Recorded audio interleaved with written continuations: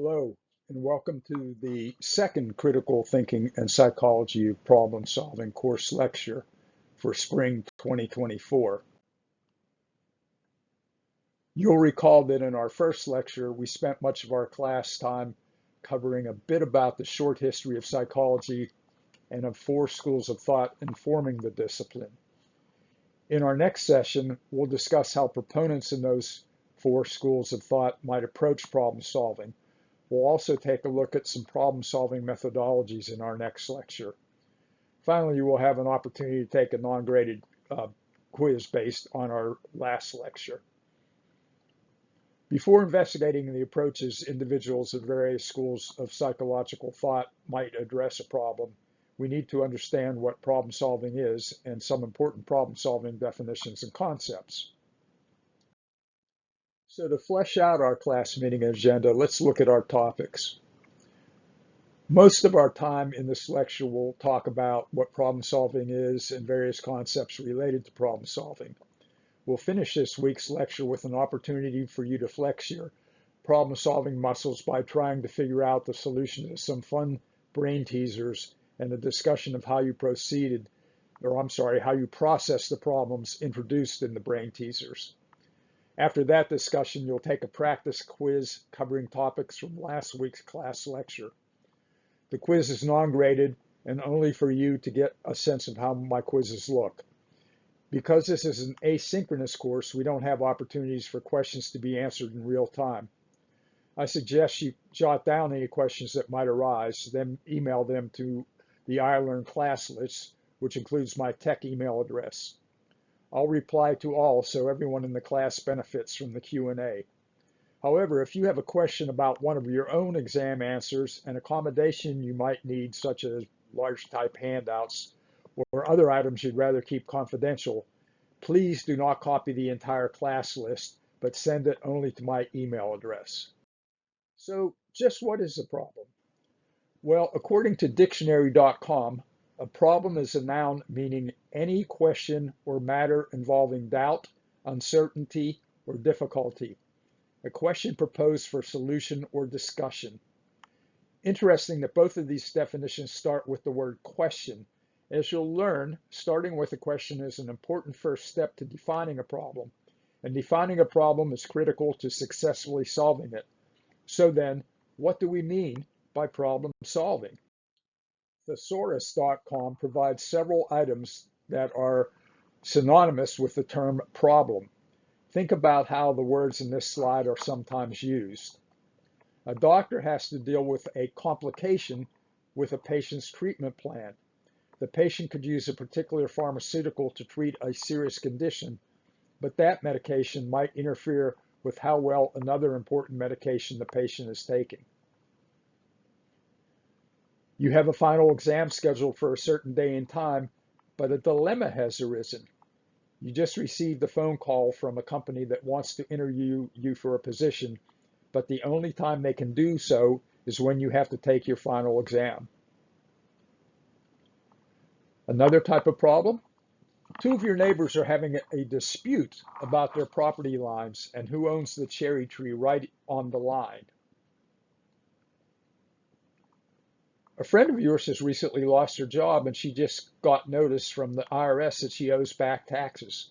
What a headache. A U.S. senator has proposed additional aid to support a particular industry that's fallen on hard times.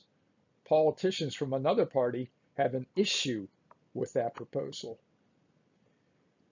And our final example of a problem, a company has a question about which size of a particular product will result in the most market share.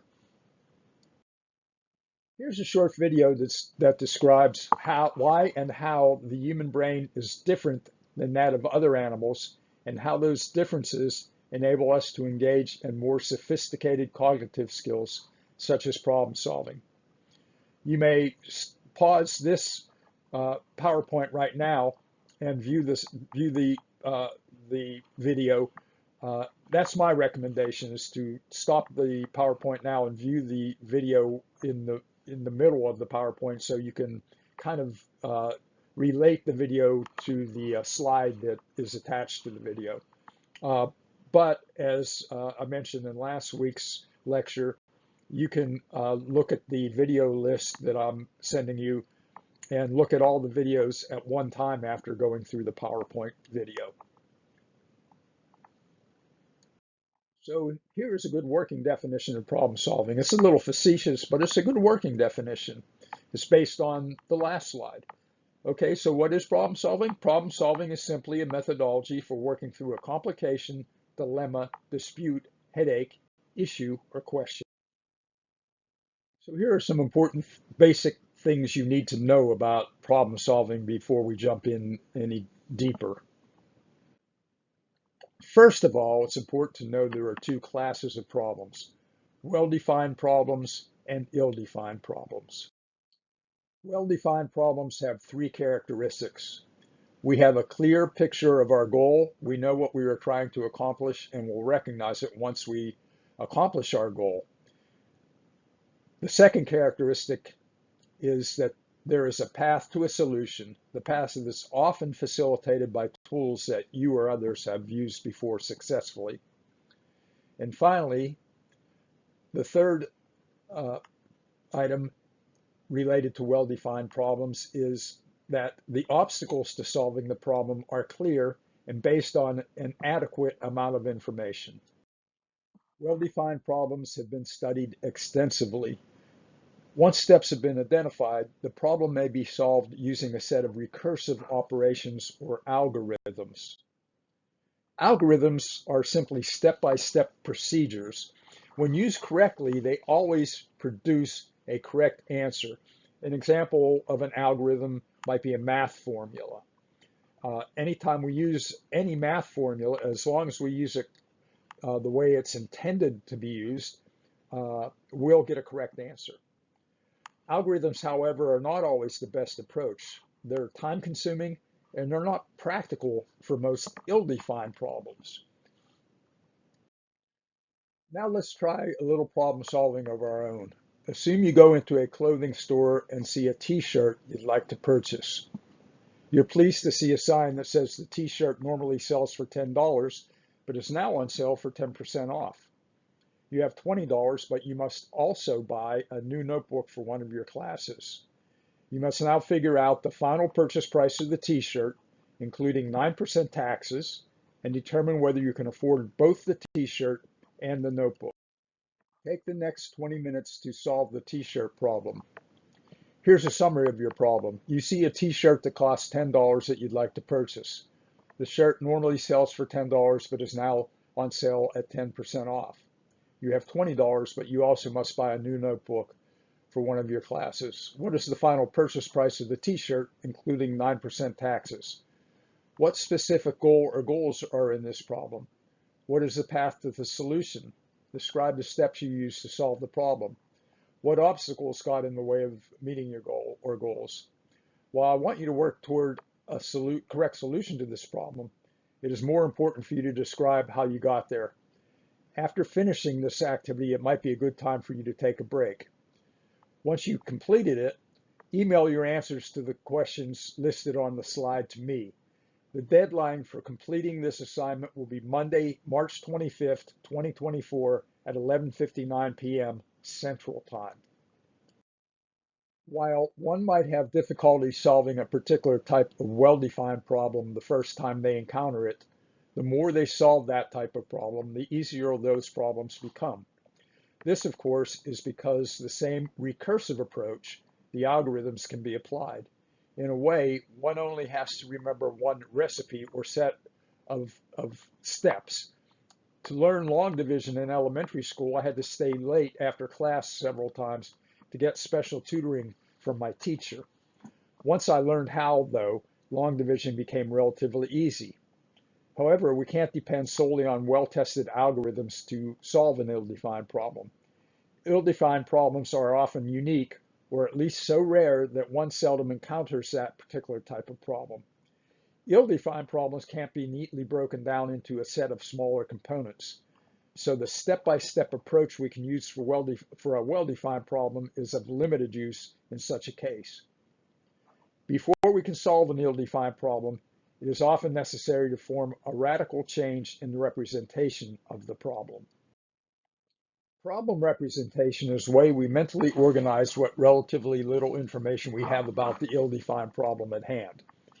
These mental representations consist of a description of the initial state of the problem, a description of the goal state, a set of allowable operators, and a set of constraints. There is another new term for you to learn that's on this slide. It's chunking. When we encounter an ill-defined problem, we often have to combine bits of information we've already acquired in new ways to help us come up with a solution. The combining of pieces of information is called chunking. Research has shown that most folks can hold about 7 pieces of information in short-term memory, give or take 2 pieces of information. So as we think through the problem and go through the process of combining and recombining pieces of information, we refine our mental representation of the problem to hopefully ultimately solve the problem. To help you more fully understand what is meant by this concept of radical change to representation, I have a few ill-defined problems for you to solve on the next slide. This first problem was used as a final exam in the engineering program of a major university. I saw a dramatization of this in a video. In the dramatization, I saw that the students could not solve the problem in the time allotted. I've had tech students solve the problem in less time than the students in the video had. Let's see if you can solve the problem. The engineering professor puts a 5-foot-tall metal tube on a stand in the middle of the lab. He drops a ping pong ball into the tube and tells the class that they have an hour to get the ping pong ball out of the tube using anything they want in the lab to help them. They cannot move the tube, turn it upside down, etc. How would you solve this problem? For the second problem on this video, you are told the following. You have a jug full of lemonade and a jug full of iced tea. You simultaneously empty both jugs into one large vat, yet the lemonade remains separate from the iced tea. How could this happen? Send your answers to me in an email message before the deadline of Monday, March 2024 at 11:59 p.m. Central Time. I'll send you the answers to these brain twisters on Tuesday, March 25th. Take about 20 minutes to a half an hour to try to solve these two problems. And you can also incorporate a break into this problem solving activity if you'd like. Problem definitions are usually very easy for well-defined problems, again, because we have all the tools and resources we need. If it's a math problem, we have the formulas that we need. If it's a word problem, we have the grammar rules that we need to help us figure through the problem of writing a sentence correctly, that sort of thing. However, solutions to ill-defined problems are harder to come by. They're not easy, and again, it's because of these unknowns that we have to deal with. We've never encountered a problem quite the same as this. We may have encountered similar problems, and as you'll see in a later discussion, experts, people with a lot of experience, are a lot more at ease with ill-defined problems because they typically have a lot more experiences to pull from. Even if there's a couple of pieces missing that they need, they can figure out the problem because they have all the other pieces from past experiences. So at any rate, to begin working with an ill-defined problem, we have to specify the goals before a problem-solving strategy can be developed. And this goes back to what I said several slides back, where asking questions are so important. If the problem's ill-defined, asking questions helps bring to light some of the issues we have to deal with. It helps us realize some of the constraints that we have. It helps us realize perhaps some of the knowledge and information we already have that can help us with this ill-defined problem. As it turns out, most problems that we deal with in the real world are not well defined. Because, you know, in school, you might think, yeah, we deal with well-defined problems more in school than we deal with ill-defined problems. but that may not be true even in school, but in real life, that's certainly not true. We deal with ill-defined problems all the time.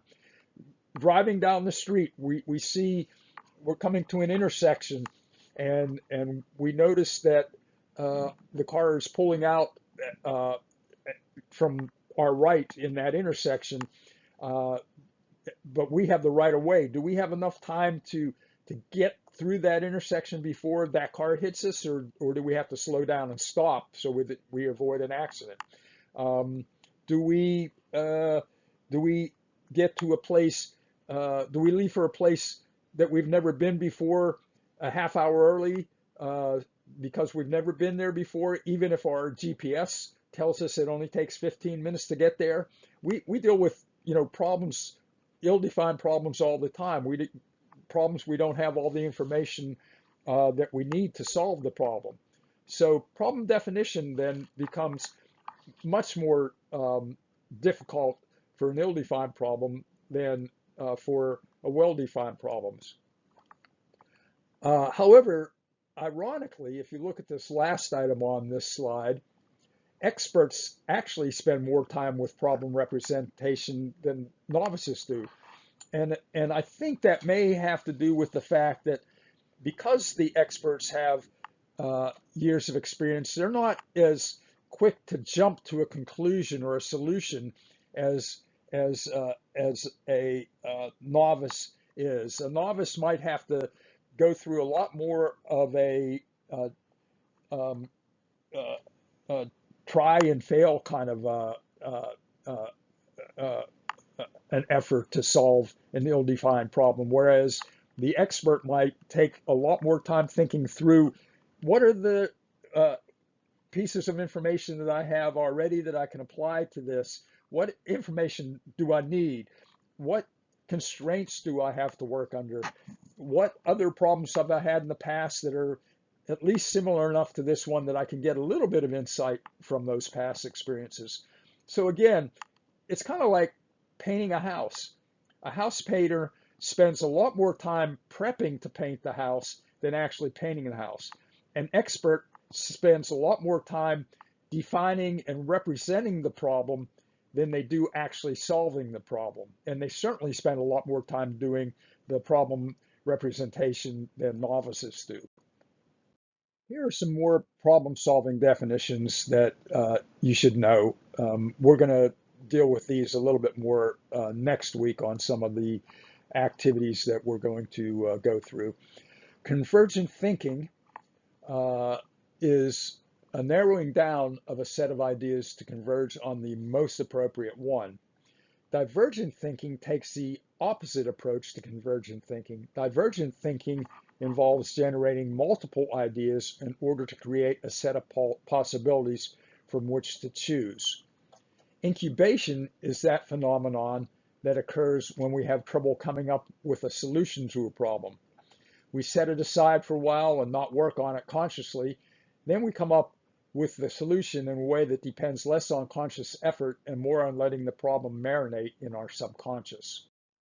As this slide tells us, evidence shows that even the most talented individuals in a domain must spend 10 years actively engaging in practice activities that lead to improvements in skill and adaptations that increase performance. And the author, Malcolm Gladwell, claims that it takes 10,000 hours to become an expert in any field. 10,000 hours is about 5 years.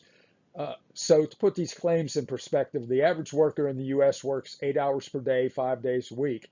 At that rate, the average worker gets paid for 2,080 hours of work per year. That's where I got that 5-year figure related to Malcolm Gladwell's 10,000 hours. The reason why it takes a while to become an expert is because to be one, he or she has to be relied upon to solve very difficult, ill-defined problems in addition to those more benign problems that are well-defined and can be solved using well-known algorithms. The expert then, while well-versed in the algorithms of his or her trade, also has to depend on another problem-solving tool called heuristics. The reason why it takes a while to become an expert is because to be one, he or she has to be relied upon to solve very difficult, ill-defined problems in addition to those more benign problems that are well-defined and can be solved using well-known algorithms. The expert then, while well-versed in the algorithms of his or her trade, also has to depend on another problem-solving tool called heuristics. In my work, I've interviewed a number of experts as part of job analyses I've conducted. I always have to review the steps experts tell me they take when doing a task, and they usually have to reorder the tasks because they solve issues in what seems like an almost unconscious way. While some sources, including some textbooks I've seen, equate heuristics with rules of thumb, I don't much care for that characterization for two reasons. The first is that heuristics are more than a simple rule one might learn from a tips and tricks article online. Heuristics are sophisticated and complicated phenomena that depend on our brains and experience over a period of time through the mysterious process of chunking. The second reason I don't like the comparison of the two terms is that rule of thumb is sexist in origin. In Old England, it was permissible for a man to beat his wife as long as the stick he used didn't have a diameter larger than his thumb. The biggest challenge we have in studying problem solving in everyday life or any other area of thinking or cognitive processing is their covert nature and complexity. A lot is going on in our heads and other heads that does not readily reveal itself for study. Two researchers in the field of artificial intelligence at Carnegie Mellon University, Alan Newell and Herbert Simon, were the first to coin a term related to heuristics. The term is satisfice. Satisfice means good enough. What Newell and Simon meant by good enough is it is often better to come up with a solution to a problem that may not be perfect but is good enough to work. In the rural world, for instance, it may be better to have a modestly priced solution that resolves the problem well enough than to come up with a solution that is only a bit better but costs significantly more. An expert's solution that satisfies, then, may be better than a solution a novice comes up with minimally better results, but costs much more.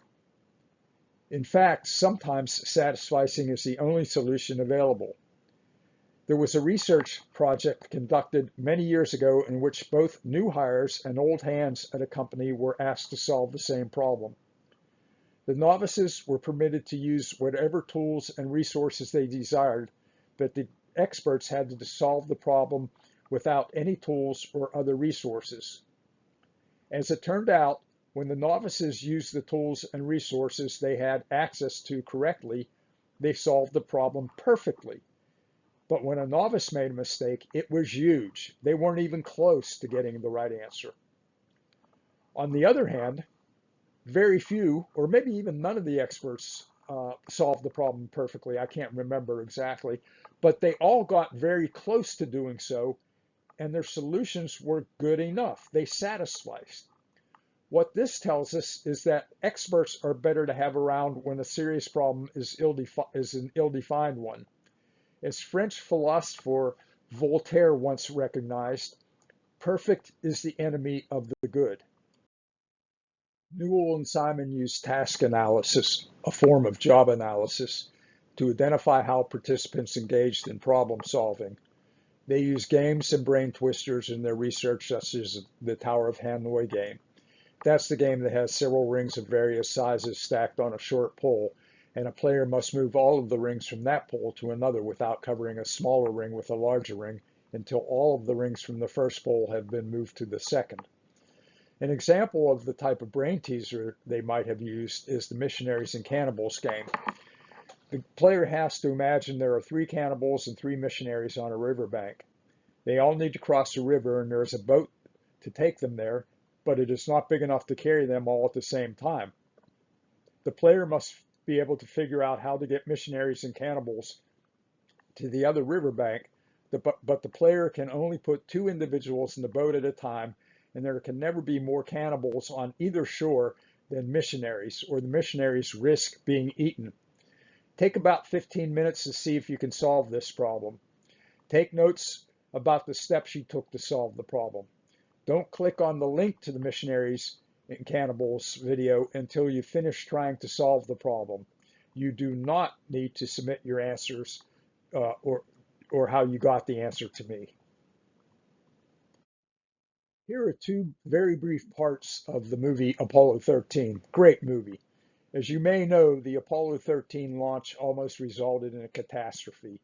The catastrophe of losing 3 astronauts was averted in large part due to the efforts of NASA engineers on the ground who, as you'll see, had to use heuristics to come up with a problem to an extremely serious, ill-defined problem. Please note that the solution resulted in saving the lives of the 3 astronauts, but given the constraints the engineers had, they had to come up with an amazing alternative to an actual critical component in the space capsule. Let's finish out today's class meeting with a practice quiz. You should have the practice quiz in the mail out that I sent you with the link to this video. If for some reason you're having trouble opening the quiz or something like that, let me know and I'll try to get it to you quickly as possible. This practice quiz is ungraded. You're not going to turn it in. This is simply for you to have an opportunity to see what my quizzes and exam questions are like. Our next quiz, of course, will be graded. So I would really recommend you try this practice quiz out, see how well you do on it. The next slide has the answer key, but please wait until after taking the quiz to look at the answers. See how you do without looking at the answers first. Here's your answer key for your practice quiz. You may want to pause the video now and correct your paper and make any notes on your quiz for items that you may have missed, that sort of thing. As I said before, though, you don't need to send this quiz in to me. This was simply for you to have a practice quiz. In addition to the videos that were assigned in this week's lecture, please read the first 2 chapters in Vaughan, The Power of Critical Thinking, to prepare for our next lecture. We still have quite a bit to cover in the psychology of problem solving, but we'll probably have enough time to get into the beginning of the critical thinking portion of the unit next week. So please read the chapters. The information in the book is going to be relatively new to you unless you've already had a critical thinking course. So it's critically important that you do the course readings. I'll do a comprehensive lecture, of course, but you really do need to supplement the lecture with the readings in the textbook to understand the material. As always, do not hesitate to contact me with any questions or concerns you might have. Have a good, safe week. Class dismissed.